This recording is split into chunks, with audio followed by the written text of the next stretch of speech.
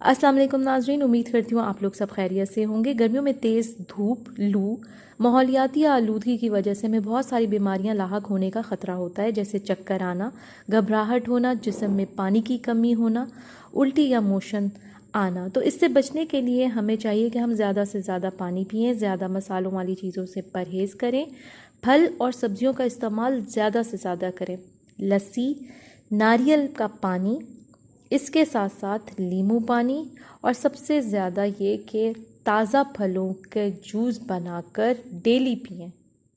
इसके अलावा आज जो रेमेडी मैं आपसे शेयर करूंगी वो गर्मियों में जो लोगों को डायरिया हो जाता है उसके लिए बेहतरीन है, और इसके साथ साथ जिन लोगों को डिहाइड्रेशन की शिकायत है वो भी इस रेमेडी को आजमाकर फ़ायदा उठा सकते हैं। इस रेमेडी को बनाने के लिए आपको चाहिए 1 चाय का चम्मच सौंफ, 9 से 10 अदद पुदीने के पत्ते, छोटी इलायची के 3 दाने और 1 टीस्पून शहद यानी हनी।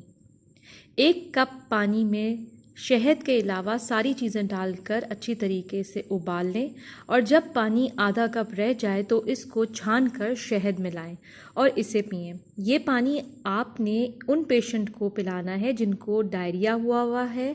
इसके अलावा जिनको डिहाइड्रेशन की शिकायत है इनके लिए भी ये बहुत मुफीद है।